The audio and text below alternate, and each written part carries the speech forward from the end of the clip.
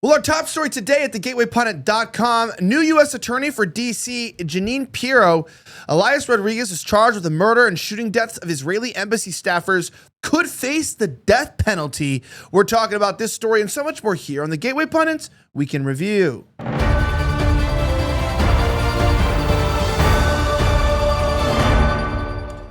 My name is Elijah Schaffer, and this is the Gateway Pundits Weekend Review, where we cover the top stories of the last 24 hours.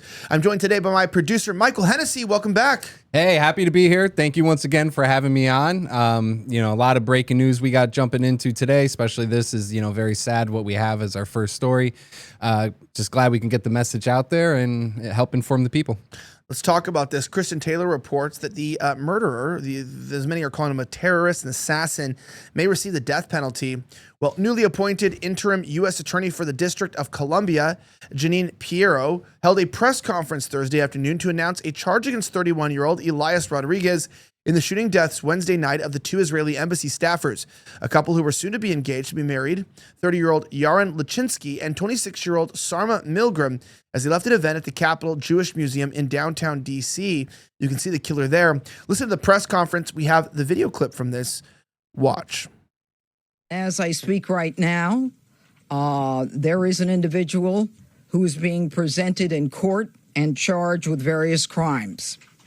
31-year-old Elias Rodriguez of Chicago, Illinois, is now charged by complaint after his initial appearance before U.S. Magistrate Judge Matthew Sharbaugh with the following: murder in the first degree for the murder of 30-year-old Yaron Lachinsky, a foreign official and official guest of the United States. Mr. Lachinsky was here on official business for the State of Israel. The defendant Rodriguez is also charged with 2 counts of murder in the first degree for both Yaron Lachinsky along with 26-year-old Sarah Lynn Milgram of Kansas. In addition, there are several felony firearms charges for discharging a firearm in the middle of a violent crime and for causing the death of an individual through the use of that firearm. Now, this investigation is continuing, and as you can see, we have most of the stakeholders here today who will be given an opportunity to speak with you. But what I want to be clear about today, since this is the first time you're hearing from me, is that this is a horrific crime, and these crimes are not going to be tolerated by me and by this office. A young couple at the beginning of their life's journey, about to be engaged in another country, had their bodies removed in the cold of the night in a foreign city in a body bag. We are not going to tolerate that anymore. Yeah. Well, we're not going to tolerate that. But, I'm looking something up right now. Check this out. So it appears that that's the woman from Fox News, but also it appears that they're sort of coming down on this guy and they can't really decide what he did that's wrong. So was this homicide? I was looking up right now. Is it terrorism? I don't really know. I don't know what you think, Hennessy, but it seems like people are unclear on what this was. Was this just a homicide? Was it terrorism? Was this hate crime? I mean, I don't even believe in hate crimes, but what are you hearing? Because I couldn't find the information right now. I'm hearing a mixture of things. I know a lot of people are using this as a hate crime of why it happened. Unfortunately, anytime anybody loses their lives, it's a terrible thing, regardless of nationality, race, or anything. My heart goes out to the family, and you have my condolences. It's a shame to see, and I believe the person should be punished for the actions that were caused, but the motive behind it, I don't know, and that I'm not sure of. I know they're trying to use this in a lot of different areas as a way to justify, maybe to justify the laws that we need to put in place or other foreign interests, but in all reality, no matter where the person comes from, I do feel bad for the family, and I do wish the best to their family in their recovery process. Right. Marina Medved reported that the newly filed charges filed against Elias Rodriguez expose The depravity and callousness of the murders. He didn't just kill Sarah and Yaron, he made sure to finish them. He followed Sarah as she crawled away in agony after he shot her. He followed her and shot her again, then shot her from the back. He executed her in cold blood. He fired at least 21 9mm bullets at them. That's how many cartridge casings were found. And then he just logged off. It says here, once Rodriguez walked past the deceased and two witnesses, he turned to face their backs and branched a firearm from the area of his waistband. Rodriguez is captured on video extending both in his arms in the direction of the deceased and firing several times, as indicated by the muzzle flashes. Once the deceased fell to the ground, Rodriguez is captured on the video, advancing closer to them, leaning over with them with his arm extended and firing several more times. The number one deceased attempted to crawl away from Rodriguez. He followed behind her and fired again.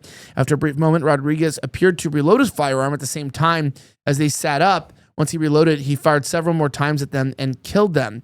Also here as well, we see a little bit here that prior to shooting, witness one saw 4 people walking out of the Jewish museum, and soon after, witness one heard gunshots.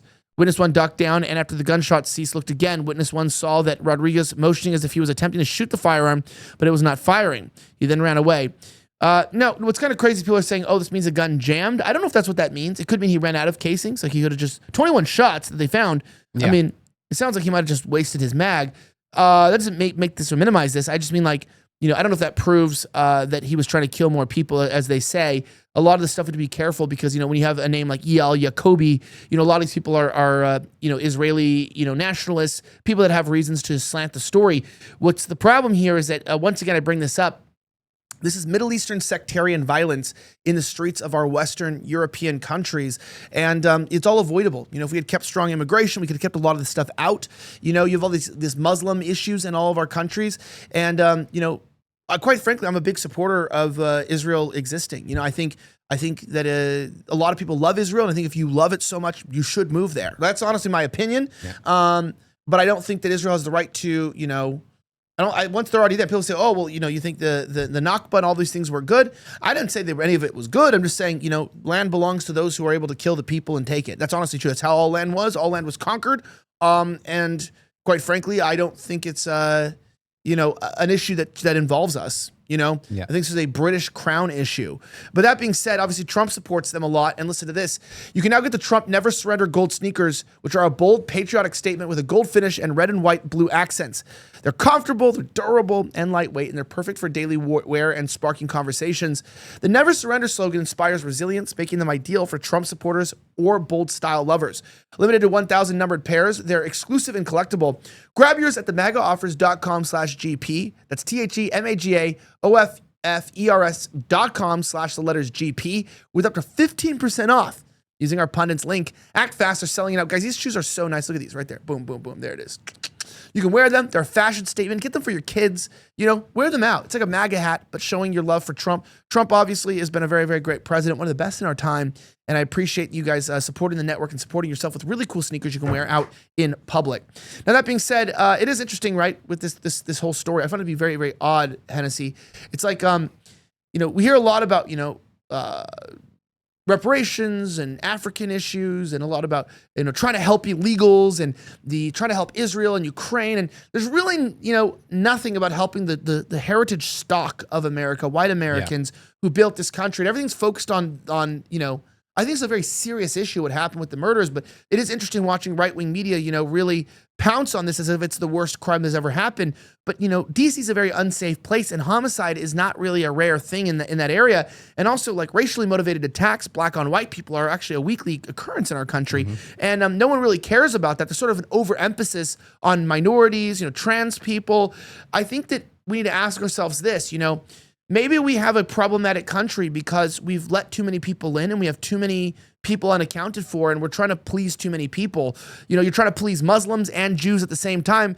That doesn't make any sense. So you let in Muslims because you're trying to please the Muslims and trying to be, universalist and accepting, but then you're trying to be, Zionist and please, the British crown and Jews. And so you create this, big Jewish culture. Well, how do you have Muslims and Jews together in the same place? It doesn't really work. So I think we're kind of we're going to see a lot more of this stuff in our country, a lot more backfiring of this multiculturalism, universalism. It doesn't work, in my opinion, and it always ends in bloodshed. And I think it was all avoidable, but we had to do this. So I'm not. It's not looking good for the future. Yeah, I mean, I personally think it's as well that it's not helping our country at all. We're seeing it time and time again. You see here with, what just happened here is flooding into our streets. We see with all the illegal immigrants, you have people like Lakeland Riley, what happened to her and many other horror stories that we have.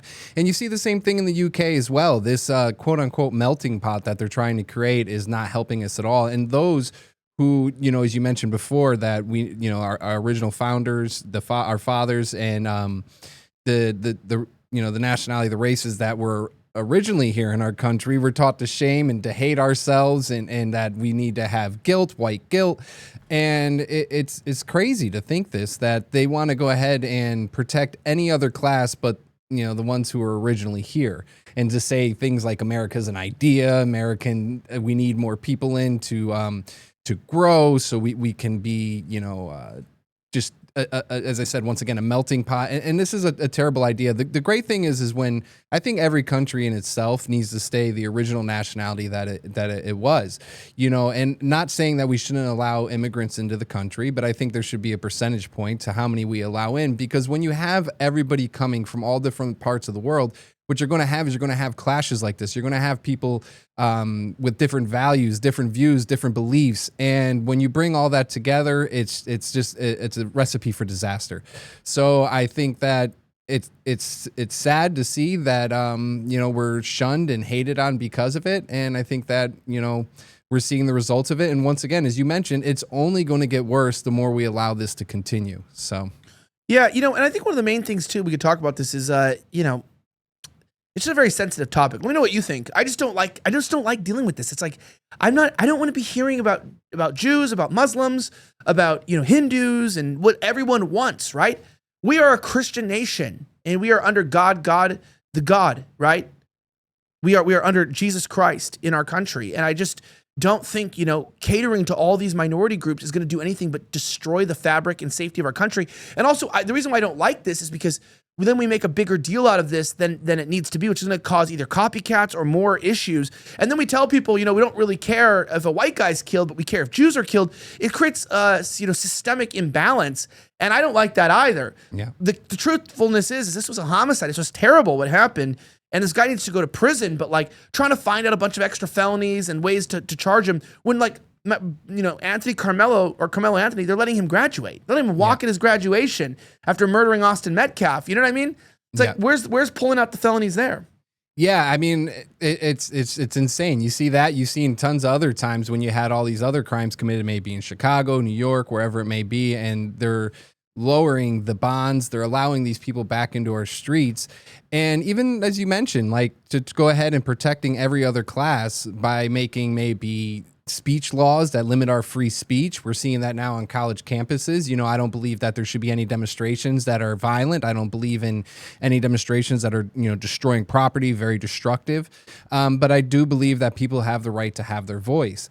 And trying to make it so we have a special class that's protected is just something that's insane. So it's sad to see we're seeing more of it coming across the board from multiple politicians. And I think we need to put an end to it, and we need to just get back to our original roots, our original heritage, and take it from there, because that's what built this country. That's what made this country great. And what we're doing now by importing everybody from third worlds or wherever it may be, and then catering to them, allowing the destruction of our country, it's really like a great replacement of us and all that we hold dear.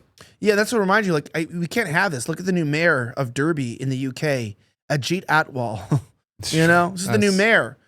It's just we can't have this. No. There's nothing wrong with Arabs living in their own hometowns or Jews having a homeland or anything like that. But we can't be the homeland for all of you guys. You know what I mean? It's just not going to work. It's not working, and more people are waking up to that. That we're going to have to figure out some sort of a re-immigration.